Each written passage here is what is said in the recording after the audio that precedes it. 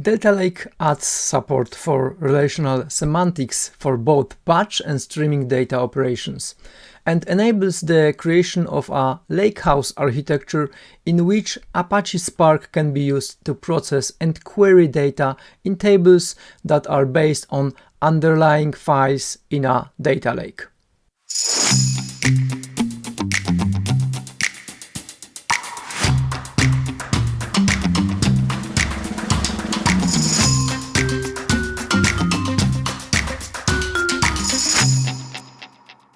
Tables in Microsoft Fabric Lakehouse are based on the Linux Foundation Delta Lake table format, commonly used in Apache Spark. Delta Lake is an open-source storage layer for Spark that enables relational database capabilities for batch and streaming data. By using Delta Lake, you can implement a lakehouse architecture to support SQL-based data manipulation semantics in Spark with support for transactions and schema enforcement. The result is an analytical data store that offers many of the advantages of a relational database system with the flexibility of data file storage in a data lake. Because I have my workspace in Fabric already created, so it's time to create a new data lakehouse for the data we are going to analyze. I have my Fabric workspace already created, so I will reuse it. So this is it. Let's make sure that we are in Synapse Data Engineering, where I am right now. And then I will create new lakehouse. Okay, creating new lakehouse because this is new lab. So I will create lab 03 and let's create new one. So in the meantime, we'll download the file product.csv. I've done this already, so I will upload this file, this product.csv file, to the Explorer here, to the files. So first I will create subfolder. Let me create subfolder here, new subfolder, which would be products. And now I will upload the file. Upload file, and then find this file. This is my CSV file.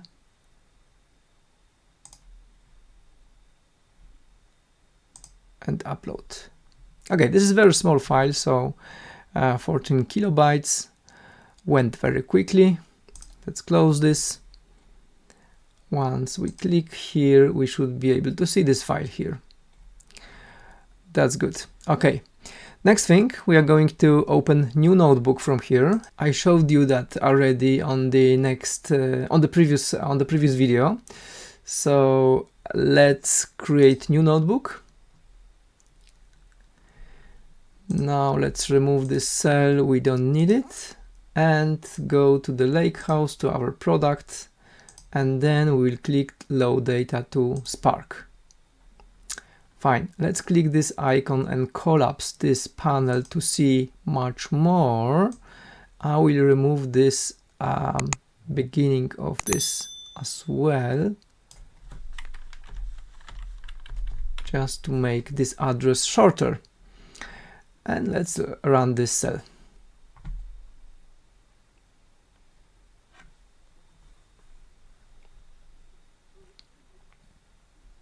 Session started.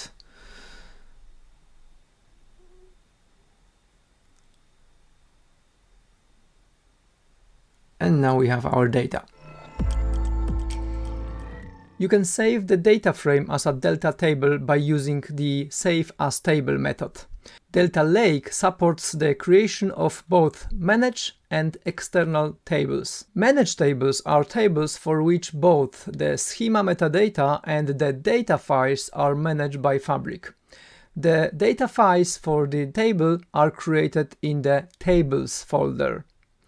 You can also create external tables for which the schema metadata is defined in the metastore for the lakehouse, but the data files are stored in an external location. Now my next step would be to save this data, the data from this data frame, as a manage delta table. So let's create new cell here, and then we write some code. Okay, so we have, remember, we have our df variable, which contains our data. So we would like to write this data to format, and the format will be delta. So we want to save this data frame as table right now, and now we should provide the name of this table. To just distinguish the managed table versus external table, I will name this table as a managed products. Okay, so let's run this code right now.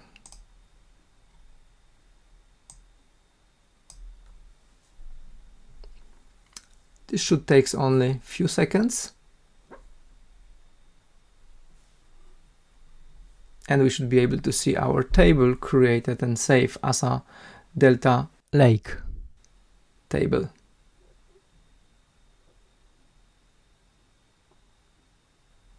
It's running a little bit more than I expected, but this sometimes happened.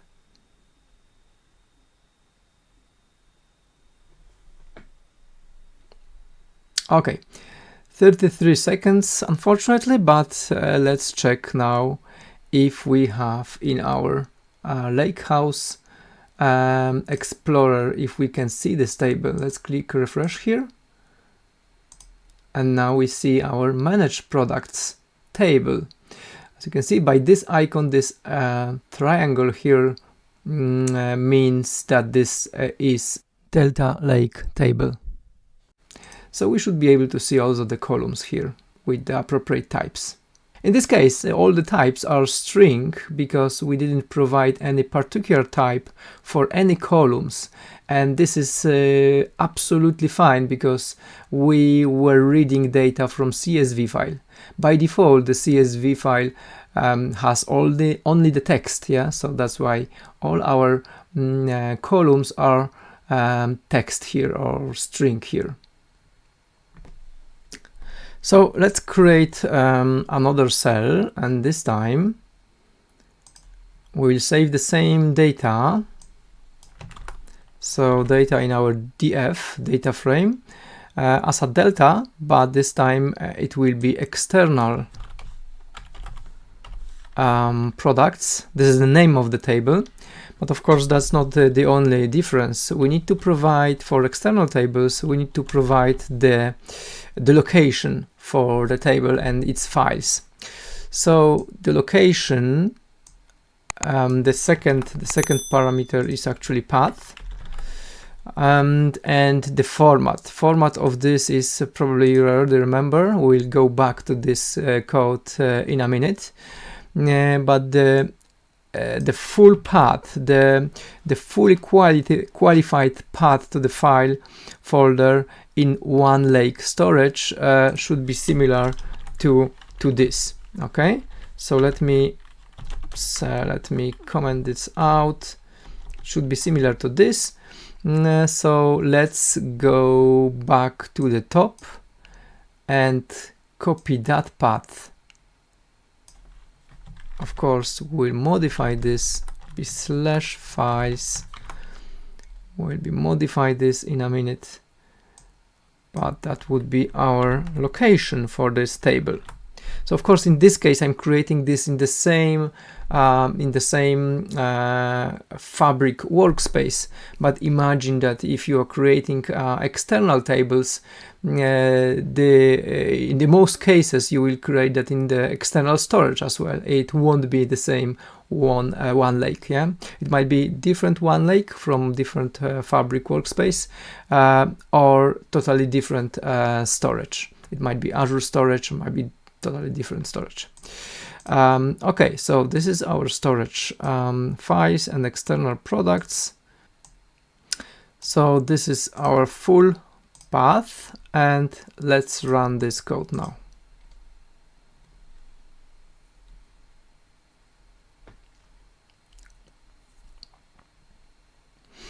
Now, two things happens.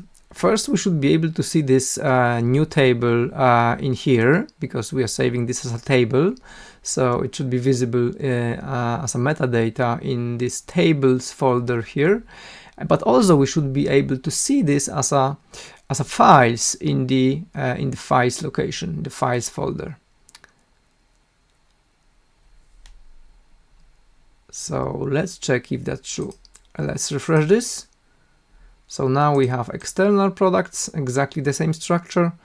And then let's refresh this one, and we see external products, and we see delta log tables, delta log folders that contains JSON files, and let me show you, contains transactional information in JSON format.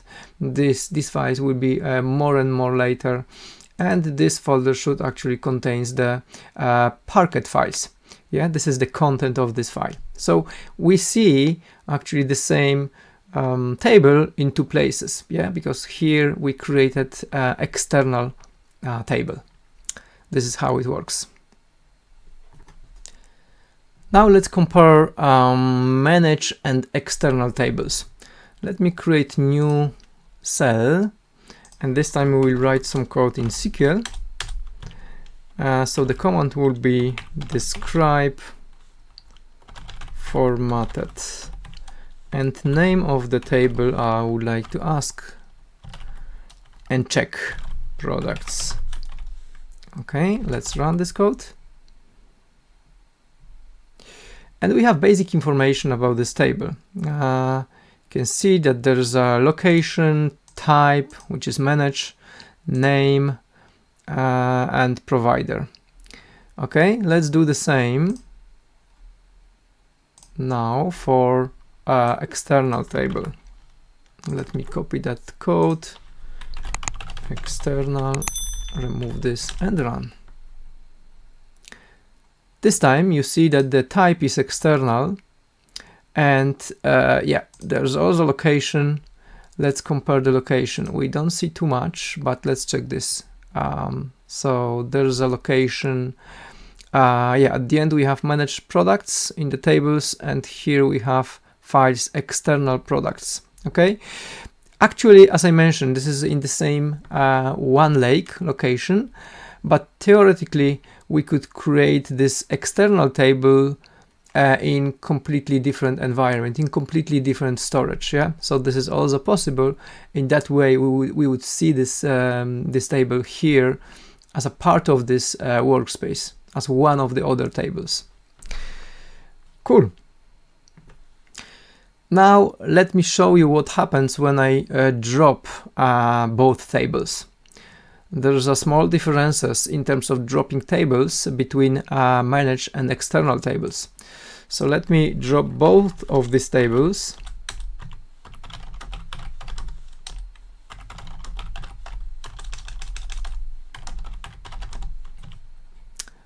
So this is the second one.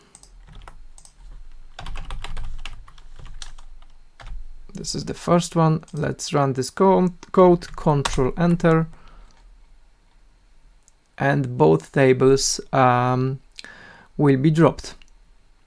Okay, now let's check the tables here and refresh this.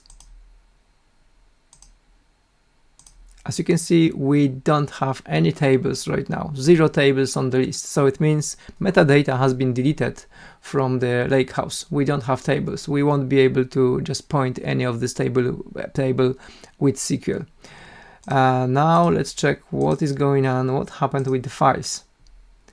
I refresh this, and now, as you can see, I don't have any files in products, but I have still files for external products table. So while we dropped all the metadata from the Lakehouse, and we won't be able to read those tables using their names here, so the files for external table still exist. this data, the files, actually still there. Yeah, so we could recreate this table again, pointing to this location, create external table again, and that would exist. Yeah, so dropping table for external table, drop the metadata, but doesn't delete any files behind that table. That's very important to remember. And let me actually prove that. Yeah, so let's create the table, external table again.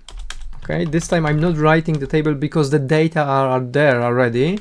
So I will create table like products this time. Okay.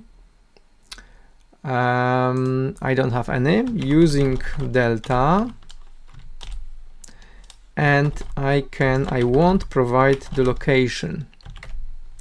So the location was files / external products. Okay, this is location of the file that I want to, the table I want to create it, location of the files. And the funny thing is that I don't have to provide any structure here, because I know that the files are there already, and the parquet files contains the structure as well. So if I can create this table like this, because I know that the data are there. Yeah, so if I create it, it will create the metadata in my lakehouse here. Let's check if that works like that. And it should be very quick operation, as you can see, 2 seconds only. And once we refresh the tables now, we see that we have our products table right now again. So let's run this code with SQL.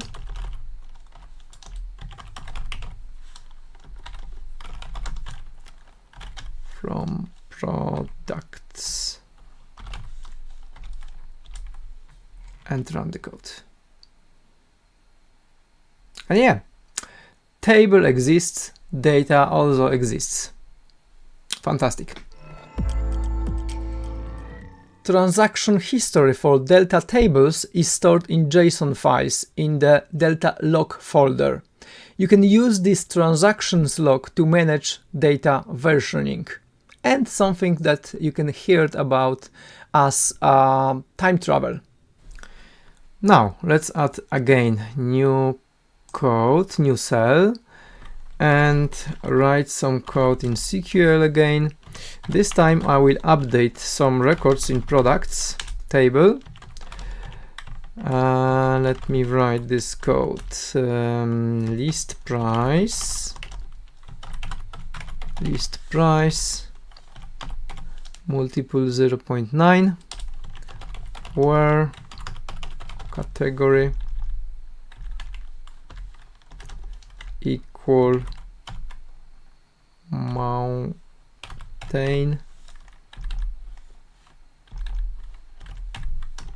bikes. Okay, so this code implements a 10% reduction of the price for products in category mountain bikes. Okay, let's run this code. So we're updating some records in the products table. So I will show you how to, 32 records has been updated. So I will show you, because Delta Lake tables has a fantastic capability, a fantastic feature, which is the time travel or table versioning, if you like.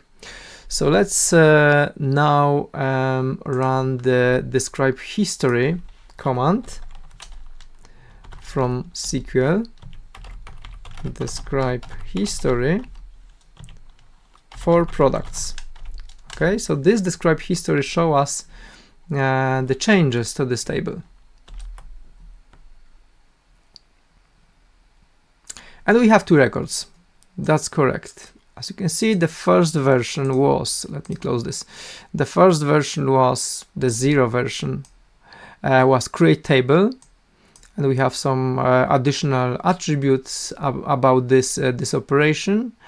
And the second version, which is version number 1, because everything is counting from 0, it's based on 0 index. It's operation update, and then we have some predicate and some additional information in here. Predicate, category, mountain bikes. Okay, so let's now check how we can read the data. So let me set up the delta table path variable, and first we will get current data. This is what I'm doing this because I want to show you how they read the data, the current data from the latest version first, and then we'll do the small change to this code to read the previous version. Okay, so format delta and then load of this location. That should be it. Let's run this code.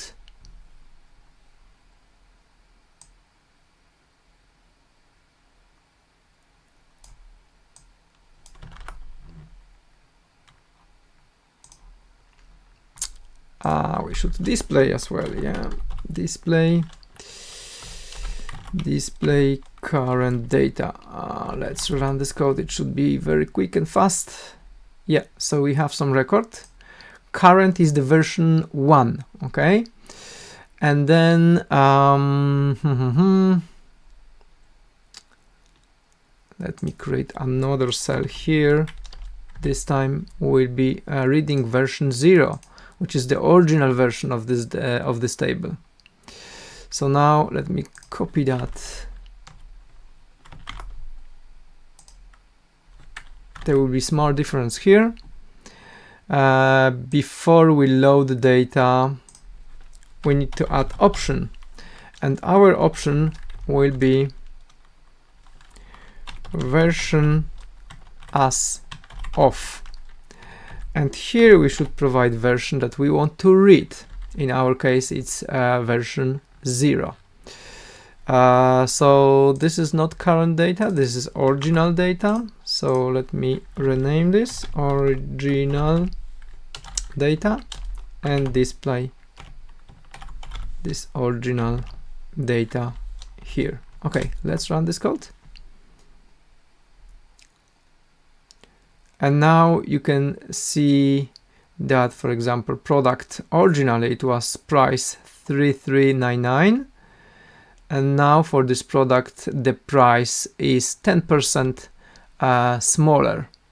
So as you can see in the same table, I'm just referring and querying the same table, but I can actually choose which version, which kind of snapshot of this data I want to read. So this is a fantastic feature. Can be used in many scenarios. Delta Lake supports streaming data. Delta tables can be a sink or a source for data streams created using the Spark Structured Streaming API. In this example, I will use a Delta table as a sink for some streaming data in a simulated Internet of Things, IoT.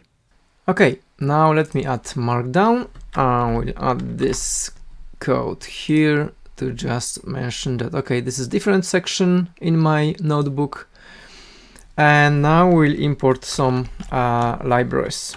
Notebook utils import MS Spark utils from PySpark SQL types import all, and from PySpark SQL functions import all. Okay, now create a folder.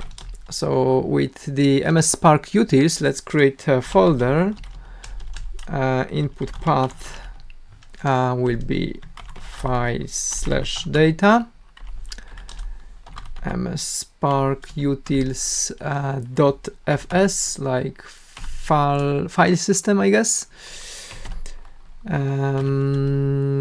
Create dir like this. Okay, now let's create a stream. Create a stream that reads data from the folder using JSON schema. Okay, so the JSON schema would be like that: struct type, okay, struct field. The first field would be device, string type false, and the second would be status. So let me just rename it,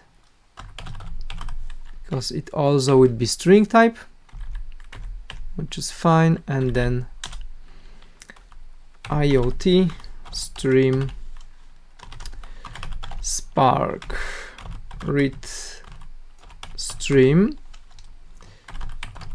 and we want to provide the schema of the stream, which is our above defined the JSON schema variable,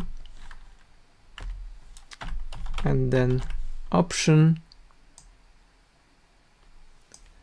Another option that we'll provide here would be max files per trigger, just for demonstration purposes. Okay, of course this is not very efficient right now, but for demonstration purposes that's perfect. And then input path, because we have to define which is where is our source location for all the files that we'll be streaming from. Okay, let's run this code actually before we move on to the next next command. Oh, we have something wrong here. What might be this? I think it's the word false must be uppercase. Let's try again.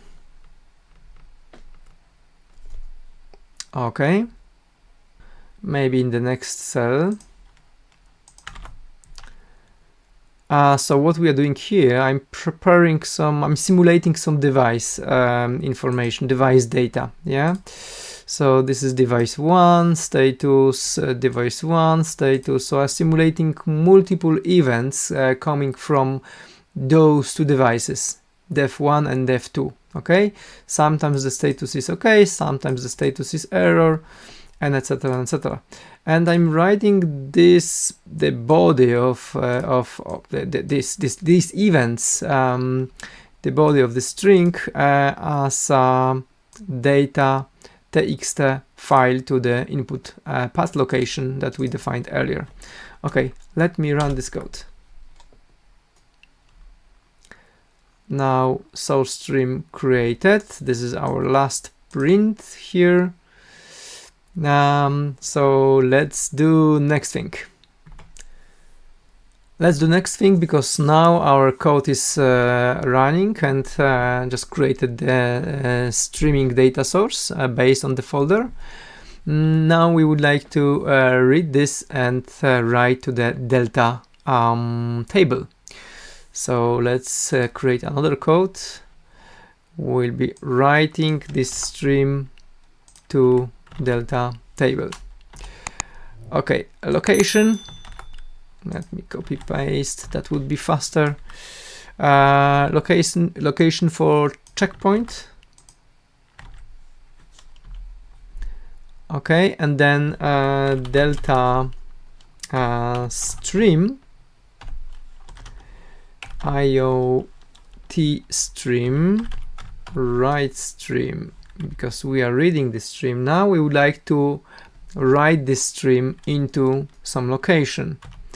Of course, our location is our format is delta table, so format is delta, and then option. I will explain this in a minute. Checkpoint location would be my checkpoint path,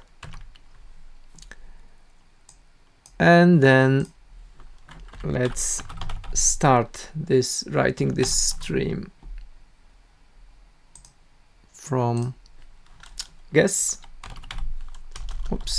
delta stream table path.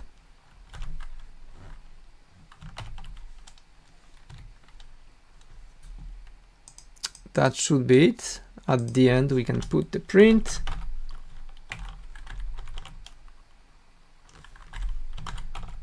Streaming to delta sync. Let's run this code. Streaming to delta sync. Okay, so this code writes the streaming device data in delta format, a folder named IoT device data. Because the path for the folder location in the tables folder, a table will be automatically created for it.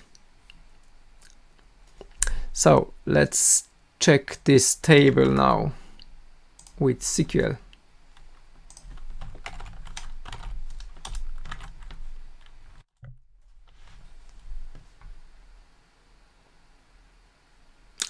And we have some data. We have some data that has been written to the table, to the delta table, from stream, using actually streaming structure. So let's add more data to this streaming. So this time I will copy paste again the code. So let's paste this. As you can see, we have few more records, and this time the file would be more data txt. Let's run this. And let's check our table again with SQL.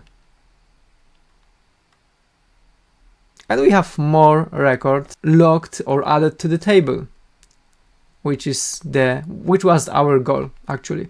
So I showed you how to use the streaming method for reading files from a given location and save those records to the target Delta Lake table.